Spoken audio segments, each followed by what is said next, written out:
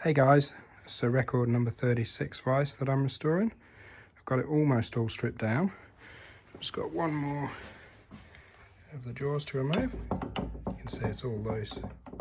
The screw heads are all mangled, so there's no way of just easily removing them. I've already done the other one. I had to drill them out and then use an easy out to extract the thread. So I've got one more of those to do. And then I've got to straighten this handle. You can see that's a bit bent. I've got to straighten this bar for the quick release. It's really twisted. And I've got to straighten this front plate because this is also really banana shaped. Should be flat. That'll be easy enough. And then as it's made from steel, I'm just going to TIG weld up all these deep cuts in the top there. Make that look a bit neater. And then clean it all up and get it painted. So it should come up good. Amazingly, those bolts came out really easily, which was good. I don't think they're the original bolts because they're really short. They should definitely be longer than that.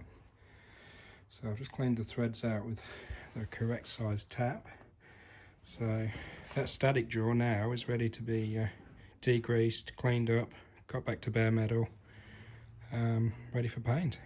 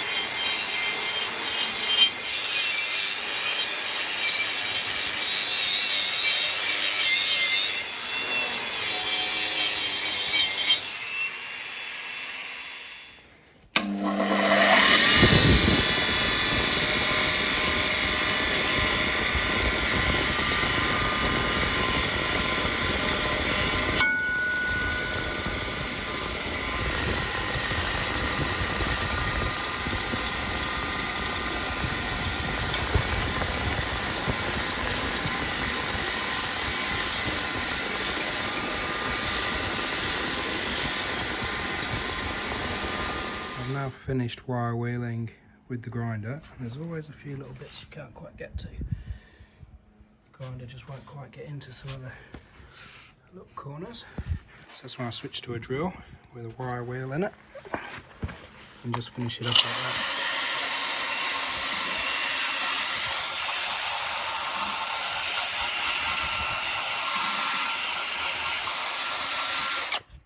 It usually works quite well. Just getting that last bit off. So these two sections now are all cleaned up, ready for paint. But before I do that, I just want to weld up some of these ugly cut marks. They're just a bit too deep, I think, to leave, and I don't want to grind them all flat and lose all the material on the vise, you know. So I'll just weld them up with the TIG, and there's a tiny one here that I've just got to clean the paint out of. And then I'll probably just weld up that little hole as well. But apart from that, it's they've come up pretty good. So I'm quite happy. Okay, so I've just TIG welded up all those marks in the top there, all those cut marks. And I've really built up this corner here. I've done like 5 or 6 passes, laid loads of rod into there just to try and build it back up because it's been ground down so much. So that's that one, and on this one it was just that hole in that corner there, so yeah, I've just filled that up. So I'll give them a very quick clean up with the flap wheel and the grinder, and then they're ready for masking and painting. Next I gave it all a good clean with the wax and grease remover. Really important to make sure the paint sticks. And then I've done all the masking. So I've masked off all the machined areas that need to slide, where I don't want paint, as well as around the jaws, because that's how they were when they left the factory. And I've even done inside here, where the top of the dynamic jaw slides. Really do not want any paint on any of those sliding surfaces. I want them all to be greased and oiled and be nice and smooth, and yeah, it should work well. So I've got the two sections spaced up off the boxes they're sitting on, just so the paint isn't gonna stick to the drop sheets. And this is the paint I like to use, Rust-Oleum, made in the US, and it is the best spray paint I've ever used. Better than anything else, hands down. Hardly get any runs, it covers well, it dries quickly, it's tough and hard wearing. It's just brilliant stuff. And the fact they do satin colours and matte colours is just brilliant, because I don't like shiny Vises, so they were never shiny when they left the factory, so I like to try and use satins and matte paints wherever I can. So with this first coat, I like to keep it reasonably thin. But like I say, it's very forgiving, this paint. You don't normally get runs.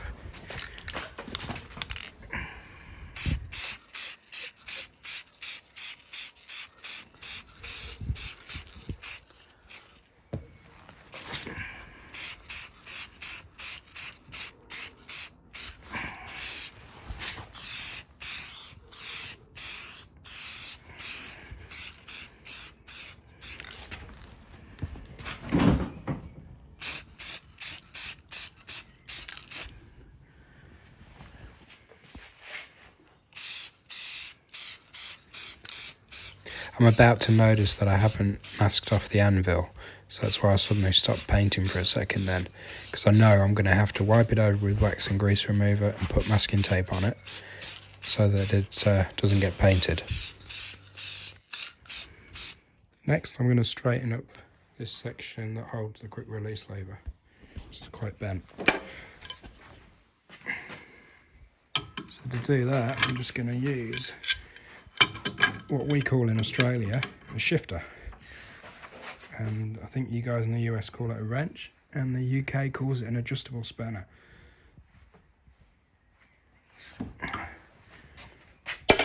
Tweak it round, see that is almost there now, a little bit more to go, but that is almost straight.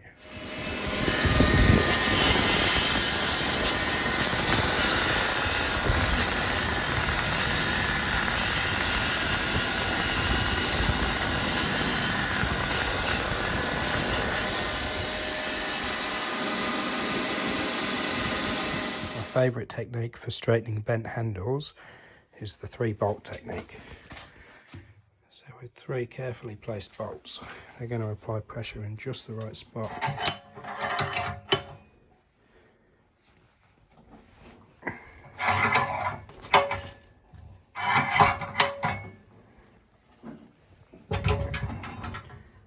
It's looking much straighter.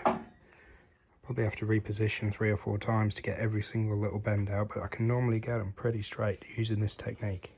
Another technique I have to do sometimes is when it's bent right on the very end. So the 3-bolt technique doesn't work for that.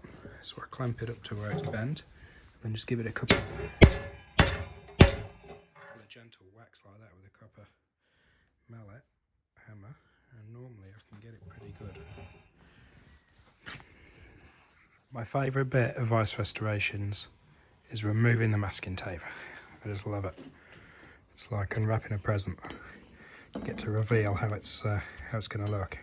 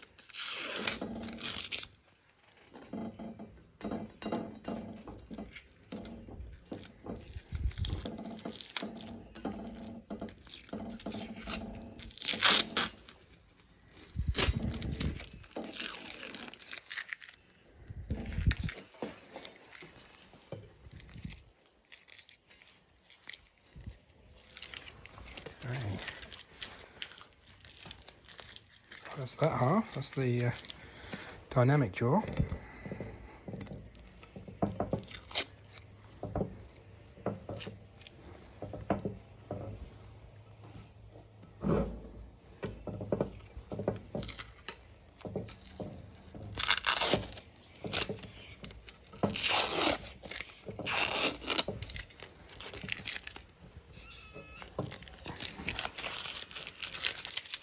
You might have noticed earlier in the video I actually forgot to mask this anvil. I only realised when I started painting it, so I stopped the video and got some masking tape on it.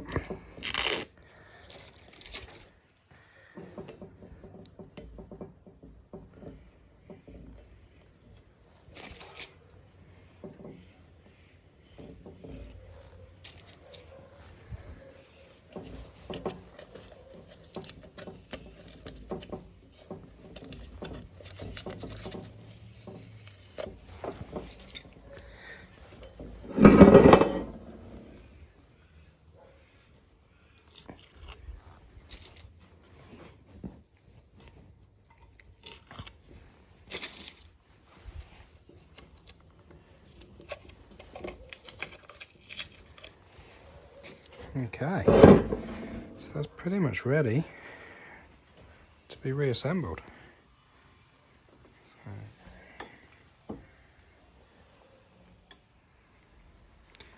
So I'm just painting the lettering silver with a paint pen.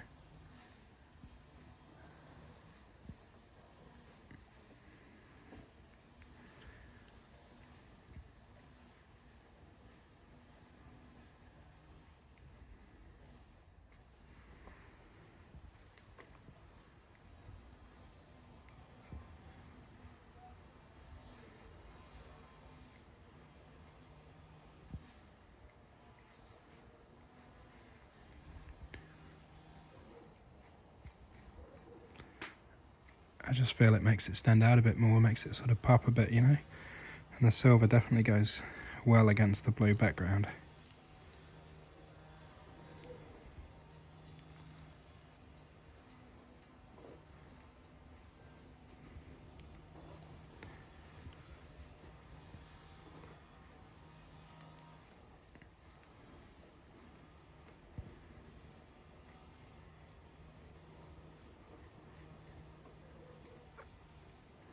I find this is the easiest way of doing it, because what I'm doing is I'm resting my hand on the bench and I'm just moving it along.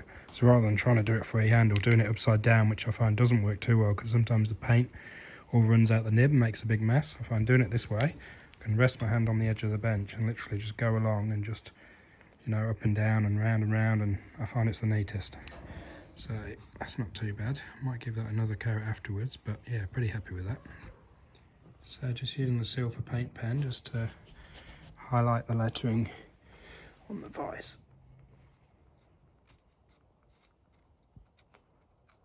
I like to do this, it just makes the lettering stand out a lot more, you know.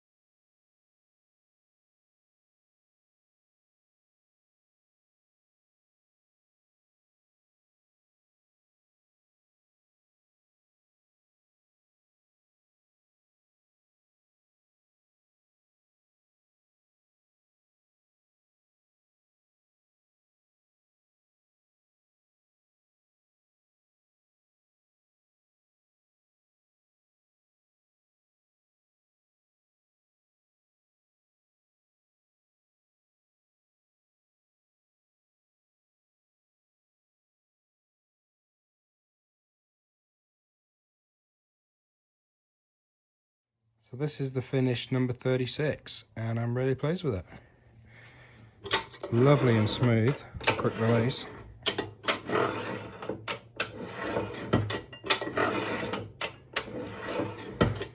I feel a quick release is essential on a big vise like this.